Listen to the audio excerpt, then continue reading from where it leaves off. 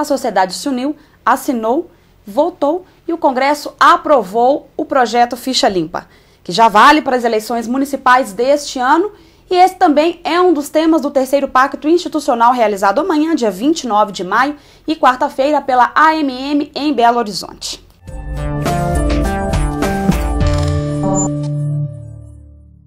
A Lei Ficha Limpa, ou Lei Complementar número 135 de 2010, é originada de um projeto de lei de iniciativa popular que reuniu cerca de 1,3 milhões de assinaturas. Ela torna inelegível por 8 anos um candidato que tiver o mandato cassado, renunciar para evitar a cassação ou for condenado por decisão de órgão colegiado, mesmo que ainda exista a possibilidade de recursos. O projeto foi aprovado na Câmara dos Deputados em maio de 2010 e depois aprovado também no Senado Federal por votação unânime. Foi sancionado pelo então presidente da República, Lula, transformando-se na Lei Complementar número 135 de 4 de junho de 2010. Esta lei proíbe que políticos condenados em decisões colegiadas de segunda instância possam se candidatar.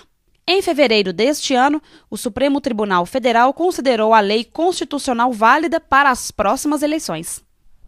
Conosco para falar sobre Ficha Limpa e a aplicação dela nas eleições municipais, o secretário adjunto da Secretaria da Casa Civil e Relações Institucionais do Governo do Estado, o advogado Flávio Henrique Unes Pereira, que também é um dos palestrantes na Manhã no Pacto. Seja muito bem-vindo. Muito obrigado, Daiane. É um prazer estar aqui com você e com todos os seus ouvintes. Me diga uma coisa, a sua palestra no Pacto vai abordar o projeto Ficha Limpa. Sobre o que você vai falar, visto que esse é o primeiro ano da aplicação dela nas eleições? A intenção é retomar um pouquinho como é que as controvérsias a propósito da aplicação da Ficha Limpa se deu no ano passado, especialmente no 2010. Não é? No início, quando da promulgação, houve alguns questionamentos sobre a aplicação da lei em relação às eleições de 2010, em relação à presunção de inocência, na medida em que se alegou muito que haveria uma inconstitucionalidade na lei em função de abarcar fatos anteriores, condenações anteriores à vigência da lei, e também quanto à aplicação de um princípio da Constituição que dizia que ela só poderia valer a partir de um ano da promulgação dela, para as próximas eleições. Essas três questões foram superadas pelo Supremo Tribunal Federal. Como você se recorda, em 2010 não se aplicou para as eleições de 2010. Agora não há dúvida de que se aplica para as eleições deste ano. Também já está, de certo modo, enfatizado que a lei da Ficha Limpa vai sim olhar para trás, no sentido de buscar nos fatos do passado um enquadramento quando do momento do registro da candidatura agora para 2012, para verificar se o candidato pode ou não ter o seu registro deferido. Então isso também é uma outra questão que, de certo modo, já foi dirimida, já foi solucionada pelo Supremo Tribunal Federal. Então nós temos agora o desafio de abordar o que remanesce de controvertido, de duvidoso e de impactante da lei da Ficha Limpa para 2012. Desse ano. E era sobre isso que eu ia te perguntar. Você tem experiência, né, dentro do Supremo. Quando foi aprovado, você estava lá. Na verdade, eu estava Quais em Brasília. Os principais desafios você acha que vai em Brasília, eu pude, na experiência como assessor de ministro do Tribunal Superior Eleitoral, eu pude comprovar o quanto é dinâmico o direito eleitoral. Todas as terças e quintas-feiras, quando tem sessão do Tribunal Superior Eleitoral, a gente vê o direito eleitoral mudando, as interpretações indo às vezes para um lado, outras vezes se aprimorando e retornando ao entendimento anterior. Eu falo que quem milita na área do direito eleitoral tem que assistir toda terça e quinta sessões, porque sempre muda alguma coisa. O direito eleitoral ele é muito dinâmico. Muito de interpretação. Muito dinâmico. As normas do direito eleitoral, muitas delas são chamadas assim, muito vagas às vezes por alguns, né? Por exemplo, o que é abuso de poder econômico? O que é abuso de poder político? Aonde que está escrito na lei o que é exatamente uma conduta que se encaixa a isso? Nós não temos. Nós temos a censura ao abuso de poder, mas nós não temos lá dizendo é abuso de poder, isso, aquilo. Isso é um desafio para esse ano, onde em que a Ficha Limpa vai enquadrar? Sim, a Ficha Limpa também utiliza termos dessa natureza. Então vai demandar sim muita interpretação e muito debate em torno da sua aplicação, né? Ela traz novidades, né? Por exemplo, ela acrescenta hipóteses de inelegibilidade que antes não existiam, ela altera as hipóteses que já existiam, né? Em relação, por exemplo, ao abuso de poder que eu estava comentando, o abuso de poder, quando um sujeito era condenado por abuso de poder e, portanto, declarado inelegível, antes da lei da ficha limpa, essa declaração de inelegibilidade era de 3 anos, não é? Passou-se para 8. Agora passou-se para 8. Entende-se que 8 anos anteriores ao registro da candidatura, se o sujeito tiver alguma condenação por abuso de poder, ele ainda será considerado inelegível. Na prática, se formos considerar o que não era considerado ponto para ser enquadrado como ficha limpa e hoje o que nós temos de prático para os candidatos, para os gestores que também serão candidatos? Além da condenação por abuso de poder, que é essa que eu acabei de mencionar, e abro um parênteses aqui para dizer que há uma certa controvérsia em relação a essa questão do abuso de poder, porque é uma condenação que especifica 3 anos de inelegibilidade, né, antes da lei da ficha limpa. Então já tem um entendimento, por exemplo, do Tribunal Superior Eleitoral que diz que a lei da ficha limpa não pegaria esse fato, porque como é um tipo de condenação em que o sujeito já é condenado a 3 anos, não poderia, depois dele cumprir esses 3 anos, ainda ser acolhido, né, pego de surpresa pela inelegibilidade da lei da ficha limpa. Então é uma controvérsia, por exemplo, que surgiu em relação a uma novidade. Então nós temos uma decisão que eu me recordo do Tribunal Superior Eleitoral que sinalizou uma certa exceção aí em relação a essa condenação por abuso de poder. Mas outras novidades, e que aí não teria essa particularidade, no sentido de causar uma certa controvérsia, é qualquer condenação que o sujeito tenha tido por conduta vedada, que é um dispositivo específico da Lei 9.504, artigo 73, em relação, por exemplo, à corrupção eleitoral, captação ilícita de sufrágio. Essas hipóteses de condenação, elas não atraíam a pecha de inelegibilidade. Hoje elas atraem. O sujeito que renuncia ao mandato para se afastar de um processo de cassação era uma hipótese também que não existia e que passa a existir. A hipótese do sujeito da demissão do serviço público também, o sujeito que é demitido do serviço público também entra como inelegível. Nós poderíamos dizer que ela está mais completa, abrangente, é claro que está, mas que ela está mais completa na sua interpretação do que é e o que não é. Nesse sentido sim, eu não sei se completa, porque na verdade o que fez o legislador foi especificar algumas situações em que eles entendem que para alguém ser candidato, isso é desabonador da sua conduta ética e, portanto, não merece ser considerado elegível aí para fins de candidatura. Ela ampliou o rol, né? Nós temos hipóteses que antes não existiam, né? E algumas hipóteses claras, se o sujeito foi demitido, se o sujeito renunciou. Hoje, claro, porque já julgou, né? Já teve polêmica em torno disso no TSE e que já teve a experiência de outros casos. Julgados. Então, o que tem hoje é um rol muito maior do que antes, né?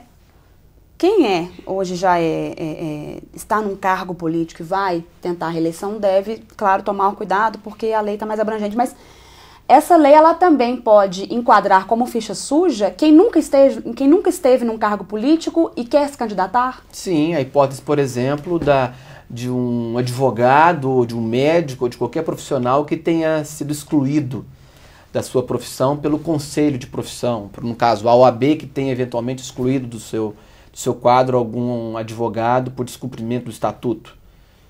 E aí ele queira se candidatar, embora nunca tenha se candidatado a qualquer cargo. Tem perdido seu registro profissional. Exatamente. Se ele perdeu o registro, se ele foi expulso do quadro profissional dele pelo conselho específico, respectivo, ele não poderá. E no caso de quem, por exemplo, não profissionalmente, que perdeu o registro, que não tem, de repente, um ensino superior, o que pode ser considerado como ficha suja que o impeça de se candidatar? Uma passagem pela polícia, um antecedente criminal, o quê? Uma condenação, por exemplo, por improbidade administrativa É uma hipótese. Mas e se ele nunca tiver participado de um cargo público, nunca tenha tido um cargo na vida política? A lei complementar número 64, alterada pela lei da ficha limpa, ela ampliou as hipóteses, por exemplo, dos crimes comuns, que se eventualmente o sujeito tivesse sido condenado em um desses crimes, ainda que por decisão colegiada e não transitada em julgado, ele será considerado inelegível. E alguns desses crimes não significa que ele tenha que ter exercido uma função pública. E quais são aqueles chamados crimes eleitorais que não serão reconhecidos como fatores para ser, por exemplo, eleitorais... multa não é, né? Quem cometeu um crime eleitoral e recebeu multa, por exemplo, isso não entra. Não entra. A legislação prevê que crimes eleitorais, quando há previsão de privação da liberdade entre as penas, ou seja, se aquele crime eleitoral tem entre as sanções previstas a privação da liberdade, aí entra. Fora isso, se não estiver prevista essa sanção penal, não entra. E como esse vai ser o primeiro ano de aplicação dessa nova lei, muitos desafios virão por aí, porque vai ser a primeira vez de muitos casos que serão analisados e julgados. Sim. Né? Sim.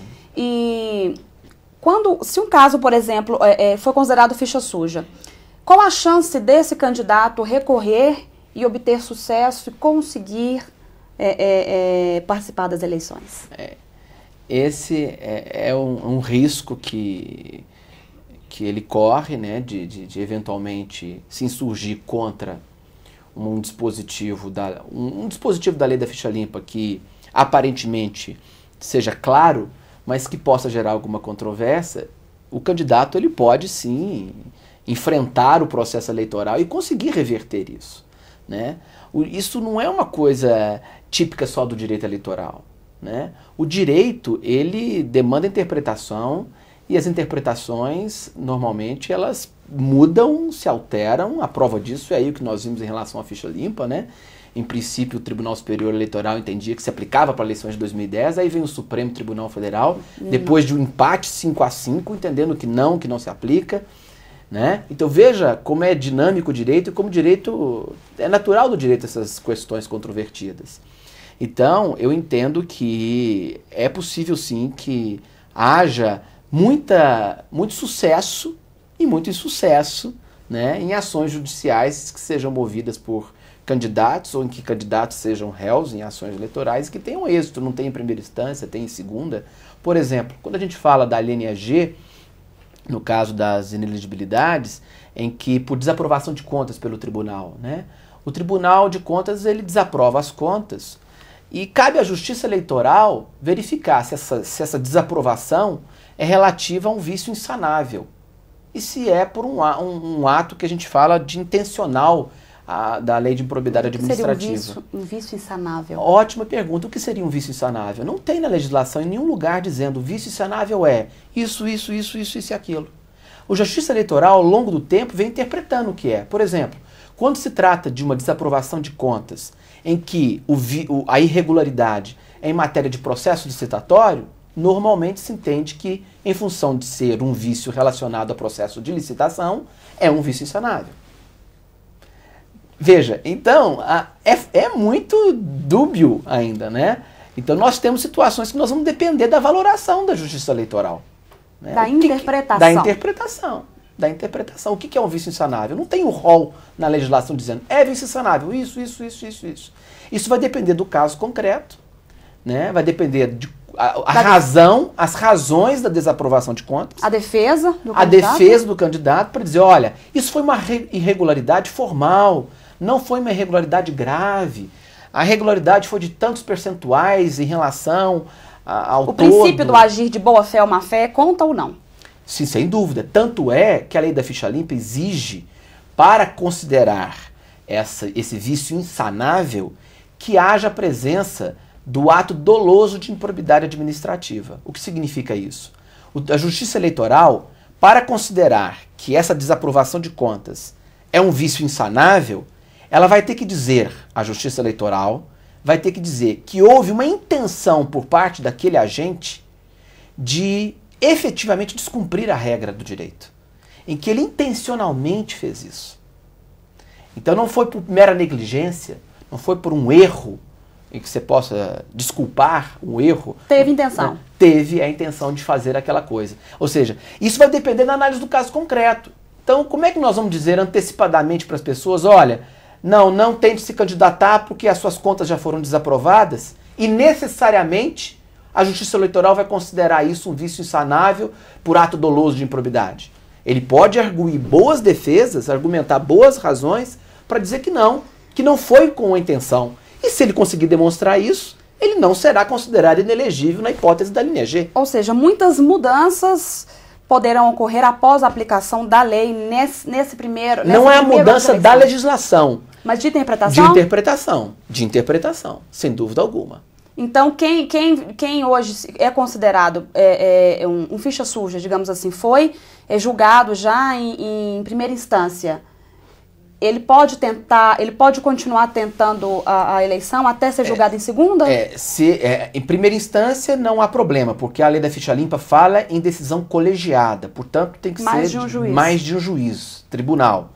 Se ele eventualmente tem uma condenação colegiada, ele pode tentar suspender os efeitos dessa condenação colegiada, e se ele conseguir suspender isso por meio de um pedido de liminar, que a gente chama, ele pode levar essa decisão liminar lá para o pedido de registro dele e mostrar lá no pedido de registro dele que ele conseguiu a suspensão daquela decisão colegiada. E se ele consegue isso, está afastada a inelegibilidade. Mas enquanto, no período que ele está concorrendo à eleição, está tramitando o processo dele. Vamos imaginar e ele corre o risco, então, de ficar inelegível lá na frente. Corre o risco de É o risco que ele vai assumir. Que ele vai assumir. Eu posso continuar participando, tentando pleito, mas lá na frente, se eu for eleito Há uma dúvida interessante em relação a isso. Vamos imaginar, então, que eu hoje tenho uma condenação colegiada por improbidade e queira ser candidato. Então, hoje você vai dizer, eu sou ficha suja, porque eu tenho uma decisão colegiada. Mas em razão de pretender me candidatar, e entendendo que eu tenho boas razões para conseguir reverter o julgamento dessa decisão colegiada lá em Brasília, no recurso lá para Brasília, eu posso ajuizar uma medida cautelar, uma ação cautelar, que a gente chama de cautelar, para tentar obter a suspensão dessa decisão colegiada. E eu vou alegar para o juiz, que vai julgar esse pedido meu de suspensão, que eu tenho boas razões para reverter esse julgamento e que eu quero ser candidato. Por isso eu tenho o chamado perigo da demora, que é uma condição que se exige para que se possa suspender os efeitos de uma decisão anterior. Se eu conseguir demonstrar isso e conseguir essa liminar, eu vou conseguir suspender a causa de inelegibilidade. E vou, portanto, pedir o meu registro. Temporariamente. Temporariamente. Aí você me pergunta, mas aí se você vai ficar dependendo desse julgamento posterior? Sim, vou ficar dependendo. Mas há um entendimento, e ainda não está muito claro, até quando que eu vou ficar nessa situação. Vamos imaginar que aí eu tenha sido eleito, fui eleito, depois fui diplomado, depois de diplomado, caiu aquela liminar que eu consegui suspender. Em princípio, se nós analisarmos do modo como está colocado na sua literalidade, né, da norma, em princípio perde-se sim o efeito daquela suspensão e eu perderia o meu mandato. Mas há interpretações por parte de doutrinadores no sentido de entender que não caberia à Justiça Eleitoral declarar a perda do mandato, porque já teria se esgotado a jurisdição com a diplomação. Então há uma dúvida aí nisso. Há uma dúvida grande. Há uma dúvida grande. Isso não está totalmente esclarecido. E não é fácil, não é de tão fácil entendimento. Isso tudo agora nós vamos agora ver com o processo, né, dessas eleições de 2012. O importante é que o sujeito tem mecanismos de se tentar defender a sua elegibilidade, né? Ainda que ele tenha uma condenação. Ele deve buscar os advogados dele, ajuizar uma ação, tentar suspender os efeitos daquela condenação e enfrentar o pleito. E na sua opinião, como pessoa com experiência no assunto, como profissional com a experiência do tribunal, qual o maior desafio para a aplicação esse ano? É essa questão do entendimento, da avaliação pela primeira vez de muitos casos?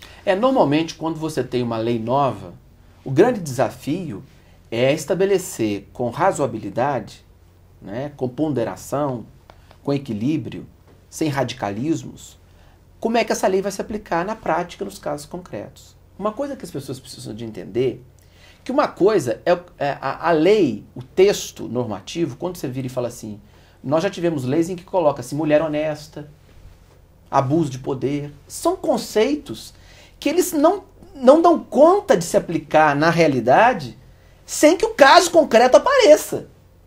Então não adianta a gente achar que no texto a gente consegue resolver todas as hipóteses de aplicação da norma. A norma, por mais clara que ela seja, ela nunca vai dar conta da realidade. Porque a realidade sempre vai trazer particularidades. Isso é da vida. Cada caso é um caso, é isso. É isso. Então, nós vamos ter, o desafio é, quais serão os primeiros entendimentos, as primeiras interpretações sobre essa nova lei, na medida em que a gente não tem jurisprudência, não tem entendimentos anteriores. Então, qual que seria os primeiros critérios? Vai ser mais rigorosa a aplicação? Vai ser menos rigorosa a aplicação? Eles vão considerar como insanável, como a gente estava comentando, quaisquer tipos de vícios? Como é? Ou não? Quais serão os critérios? Então nós vamos depender muito do amadurecimento da própria justiça eleitoral nessa primeira vigência plena, vamos dizer assim, da lei da ficha limpa. E aqueles que tiverem dúvida em relação a este assunto, tanto aqueles que já ocupam hoje um cargo político, como aqueles que ainda não, a quem recorrer? Aos procuradores, ao juiz eleitoral? Onde buscar informações em relação a isso?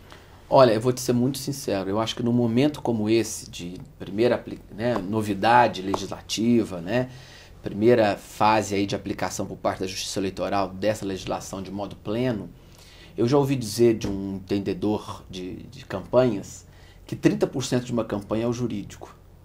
Então, efetivamente, eu acho que os candidatos vão ter que buscar bons assessores políticos. Até para ajudá-lo a cercear a conduta dele durante o período eleitoral, né? Porque qualquer deslize ele pode ser considerado uma ficha suja. Exatamente. E porque os candidatos adversários uns dos outros vão ajuizar ações, e aí a construção da defesa algo fundamental quando você tem uma legislação nova, que ainda você não tem tantos julgados, tantos precedentes para você poder se socorrer, vamos dizer assim. E é mais ou menos os assuntos que a gente tratou aqui que você vai falar no pacto amanhã, é isso? Na verdade, eu vou fazer isso e vou compartilhar muitas das minhas dúvidas com todo mundo. Eu acho que no direito é muito complicado você achar que você pode ter a resposta pronta para tudo. O direito é muito dinâmico, como eu disse, especialmente o direito eleitoral. O que a gente tem que tentar compartilhar são as questões controvertidas para que cada um possa raciocinar e também, como cidadão, muito embora ainda não advogado, não bacharel, possa sim se sentir cidadão e partícipe desse processo. Entender minimamente como funciona o processo. O cidadão tem que se reconhecer na legislação e tem que se sentir apto também a raciocinar, a pensar, a argumentar. Isso não é uma coisa que pode ficar só num feudo dos juristas, não.